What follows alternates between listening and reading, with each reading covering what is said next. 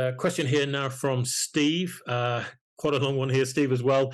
We're looking to get a survey done on the house we're buying and have a couple of questions. First is, where do I go that is reliable to find a qualified surveyor?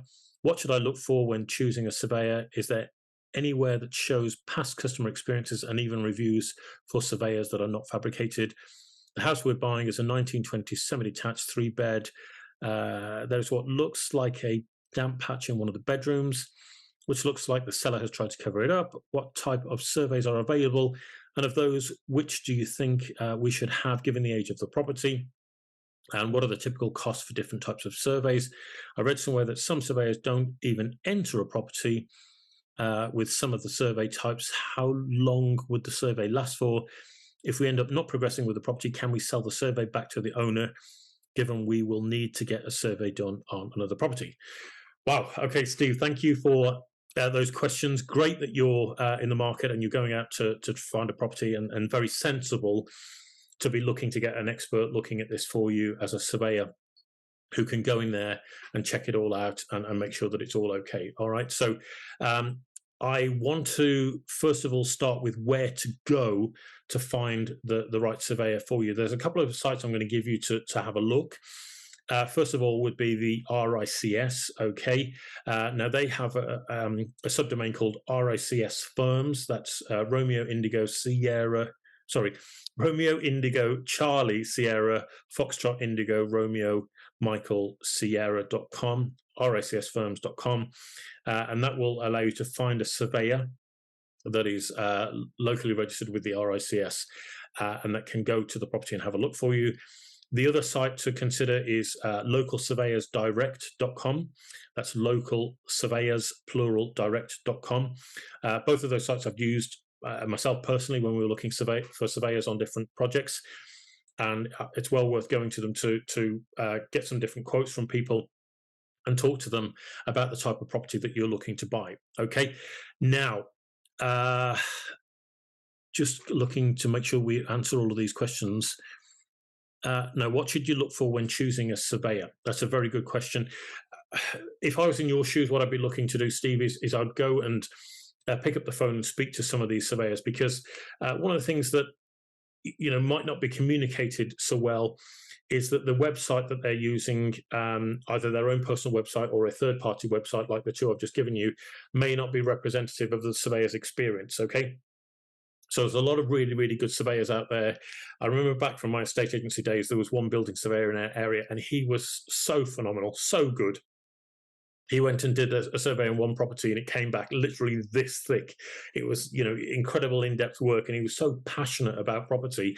So it's well worth trying to find the right one, to get them on the phone and have a bit of a chat with them about what it is that you're looking to do, and see what response, see if you get a good vibe from them, see if you're sort of clicking on the same wavelength, because these are the types of people that you want to have as part of your team.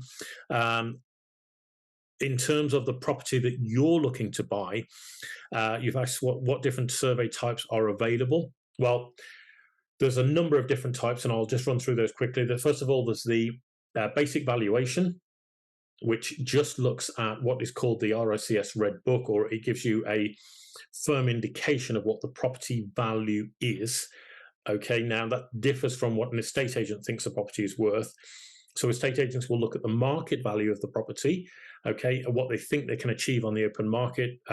Once they've advertised it as far and wide as possible, and they've got as many people interested as possible, what do they think the property can actually achieve on the open market? Whereas the surveyor's valuation may be the same or may differ. Okay, and the surveyors will look at, the cost of rebuilding is one thing they'll look at, but also secondly, they'll look at, is the value that you've agreed to pay, or the price you've agreed to pay, realistic compared to the market value? And at the moment, I'm hearing stories of properties being downvalued.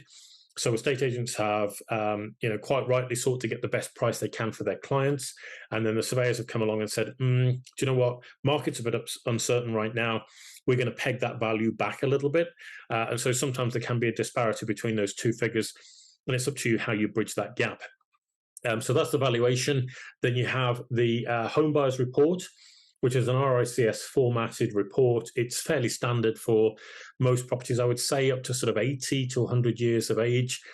It's a fairly, as I say, standardized format, and they'll look at all different elements of the property in terms of what work needs to be done to it, what recommendations they have, and all the rest of it. So that's something to think about there, whether or not you go with a home buyers report.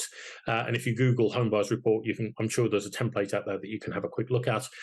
The next level up from that would be what's called the building survey.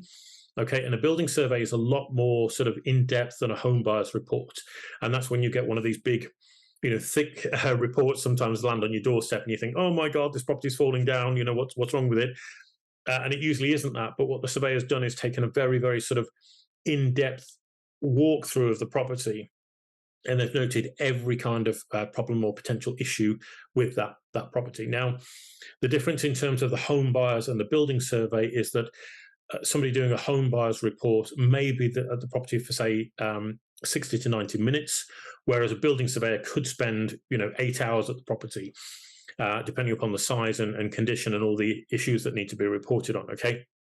Now, I would recommend a building survey, or if I was in your shoes, Steve, I'd be looking at a building survey on a property that is either more than sort of 80 years old, or if you can spot there's some issues that you think need to be looked at, I would definitely get a building surveyor in there to have a look at it, because you might pay that little bit of a premium for them, but honestly, trust me, it's money well invested when you consider how much money you're spending on a property in the first place. Okay. Now, the fourth option, as far as surveys is concerned, is what's known as a structural survey. And you may find that either a valuation surveyor or a home buyers surveyor or a building surveyor, and bearing in mind, not every surveyor is qualified to do each one. Okay. So you might find that each one of those surveyors may then recommend a structural survey if there's certain issues that they can't quite diagnose themselves. Okay. So let's say, for example, the building surveyor turns up at the property, notices there's a bit of a crack in the wall, or they see that there's been an RSJ put in place and they're not quite sure whether or not it's strong enough to hold the property up, or there's other issues that they've identified. They may say, we recommend a structural surveyor to either look at the whole of the property or a particular aspect of the property that needs a bit more investigation. And what structural surveyors do is they're a bit more mathematical in their approach, and they will drill down a little bit further as to what is the cause of a particular issue. And that might involve intrusive investigation. And what that means is it might be that we've got to agree that some of the plasterwork's got to be removed, or some of the ground outside has to be removed to check on the foundations of the property. And obviously this requires the owner's permission. So we can't just go knocking holes in the wall or anything like that. We can't just go digging up the ground. We have to get the owner's permission. So that can be quite an intensive and intrusive process to go through. And obviously you need to decide whether or not that's the right thing to do. Obviously, each step that you go through here does involve a little bit of extra cost and a little bit of extra investment. And that's something to think about, because obviously you've asked the question here as well, Steve, if you decide not to progress, can you then sell the survey back to the owner? It's possible that you could do that. I would say that if the surveyor's if the owner is already taking the steps to try and cover up damp, then that might be something that you might struggle with, because it's clear that they're not really interested in necessarily looking after the best part of the property. But it might be possible that if another buyer comes along, they may be prepared to acquire the survey from you. One of the things to think about with that is that there may be third-party limitations, and in fact I'd be pretty surprised if you had a surveyor's report where there weren't third-party limitations in it. And what that basically means is when you engage with a surveyor, the liability that surveyor has is just to you as the potential buyer. Now, this sort of stops them. It's an indemnity. Sorry, it's a limitation. That's the word I was looking for. Sorry, guys, I'm a bit tired. It's a limitation on their indemnity, because what they don't want to do is open themselves up to being sued by many different people. Okay, many different third parties. So the surveyor will seek to put that third party limitation on the survey.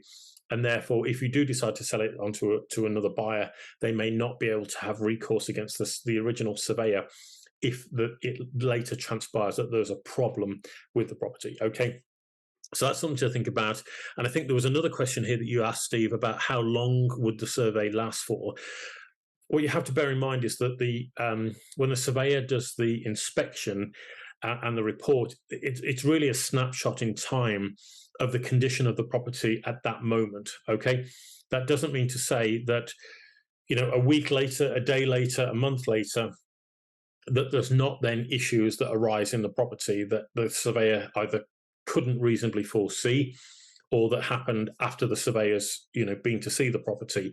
And as a consequence, you've got to bear in mind that it is just a snapshot. Now, one of the things that's worth repeating is that properties are constantly under the abuse of elements. You know, they've got sunshine, you've got rain, you've got snow, you've got frost, you've got heavy winds, you've got all the fabric of the property is under constant attack from the elements. And the biggest thing that I used to see as a surveyor is when you go to a property, it's all the little maintenance jobs, you know, that get overlooked that then cause a problem further down the line. Okay, a typical one would be, say, guttering. You know, guttering around the roof, and the guttering springs a leak, and then you've got rainwater dripping down the front of the property. Okay, that's a fairly common issue. Now that can lead to things like damp staining on walls, or it can look unsightly. You might get green moss growing on the front of the property. Obviously, the guttering isn't doing the job that it's designed to do, and the cost of that quick fix, is probably a jobbing builder and his mate to hold the ladder could be a 10-minute job with a bit of silicone just to fix the guttering. And I'll give you an example. I went to a huge grade 2 listed property about a month ago, and they had exactly this issue where the roof came down into a bit of a valley, if you like, and all the rainwater fed into one particular gutter head, and that was blocked.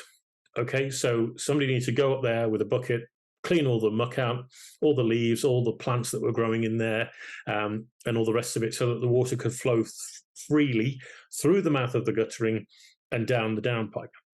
Now, because that gutter was blocked, water was cascading down the front of the property.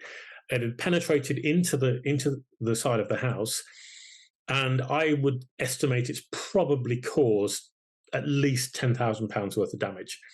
Okay, so for what would have been probably £100 fix, for a guy with a ladder and all the rest of it, has turned out to be a £10,000 potential dry rot issue that needs to be resolved. Okay, now that, as I say, that's on a very substantial grade 2 listed property, but the same rules apply when it comes to your domestic residents, and that's some of the things that I would recommend that that's why you're employing a surveyor. They're trained to look at these sorts of things, and that's exactly what you want them to do when they go and have a look at a property on your behalf. So hopefully that's really helped you, Steve. Again, same advice the same recommendation, should I say, that I said earlier about getting a cost indemnity insurance in place.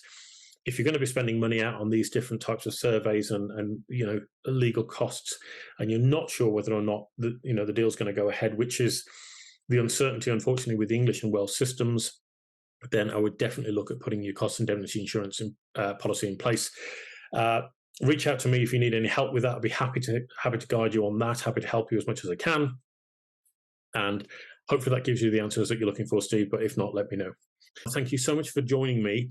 Really impressed that you're showing up week in, week out. We're getting some great feedback and responses. So don't forget that you can send us your questions anytime you like, either on email, happytohelp@wiggywam.co.uk, or you can send them to us via Twitter, or you can go to our WiggyWam website, log into there, and then send us some questions directly. I'd be more than happy to answer them. I'm really excited to be doing these webinars. I get a lot of fun and enjoyment out of them. And even though this last week has been complete chaos, I've really enjoyed it because it's given us an opportunity to have a bit of normality and at least get the office fairly ready for doing this webinar today. So thanks for your time and attention, guys. Look forward to joining you again same time next week, and hope you have an amazing evening. All right, guys, take care. See you again. Bye-bye.